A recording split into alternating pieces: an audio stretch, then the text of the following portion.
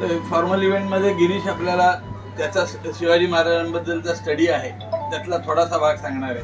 So Girish, you please begin. नाही, कारण हा विषय पुष्कळ मोठा आहे. हो, मग ह्याच्यावरती खरं जर बोलायचं झालं मनापासून तर थोडा सप्ताह करावा लागेल 2 तासांचा. काही एवढा हरकत विषय आहे, बरोबर आहे. सुदैवाने काय आहे, आपल्याला जे महाराज माहिती आहे ते फक्त 3 कारणाकरता. मला पण एक अफजल खानाला मारला म्हणून, आपलं एक शाही सरांची मूर्ती कापली म्हणून, आणि एक आग्र्यावरनं निघाले म्हणून. पलीकडे आपल्यापैकी इव्हन इस्तीचे शिक्षक जे असतात त्यांनाही शिवाजी महाराज माहिती नाही. मी एका शाळेमध्ये गेलो होतो, संघाची शाळा मेदूवाडा. गोरेगावला. तिथं मी तिचा एक लेक्चर दिलं महाराजांवरती. तिथल्या इतिहासाच्या बाईंनी माझे पाय धरले, मला डोळ्याच्या डोळ्यात पाणी होतं. मेदूवाडामध्ये काय आयुष्यभर इतिहास शिकवला माहीतच नव्हतं. ही स्थिती आहे इतिहासाची. बरोबर. इतिहास जो सांगितला जातो तो जे सांगणारे असतात त्यांच्या मताने सांगितला जातो. नाही, इनफॅक्ट माझा असा अनुभव आहे की एखाद्या सुतकाला, म्हणजे संबडी पासेस आपण सुतक सभा घेतो, त्याच्यामध्ये जे काही वातावरण असतं तेच वातावरण इतिहासाच्या वर्गामध्ये साधारण असतं. म्हणजे वक्त्याला वाटतं की ती चेहरा गंभीर करून बोललो की काहीतरी फार बोलतोय, आणि श्रोत्यांना वाटतं की मनामध्ये वाटत असतं की कधी यातनं माझी सुटका. साधारणतः हा भाव असतो. ह्याला कारण आपण जे शिकवतो किंवा शिकतो त्याच्यामध्ये सत्यामध्ये, आता आजच्या तारखेला महाराष्ट्राचा जो काही इतिहास म्हणून शिकवला जातो हा 90% खोटा आहे.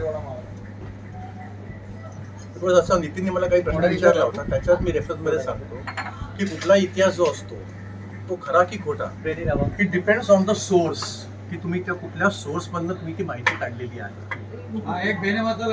तर सोर्सच मुळामध्ये चुकीचे असतात किंवा खोटे असतात. आणि अस्सल सोर्स जे आहे ते मोडी लिपीमध्ये किंवा फारसीमध्ये आहे.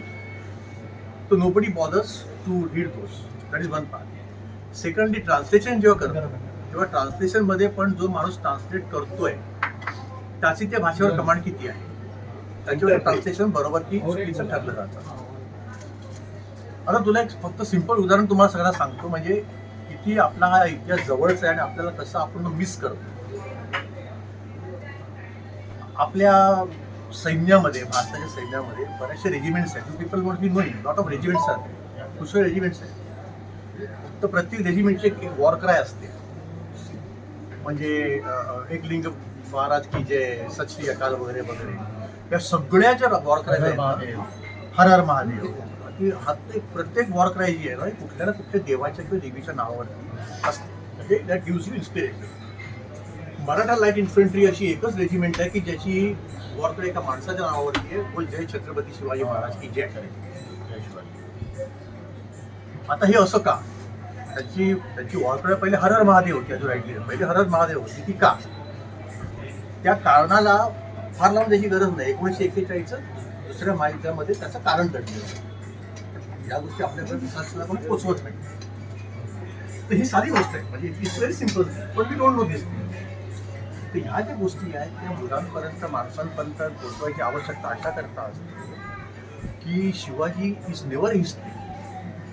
महाराजांचं आणि बाकीच्या इतिहासाच्या गोष्टी फरक असा आहे की Maharaj is never history, he is always present.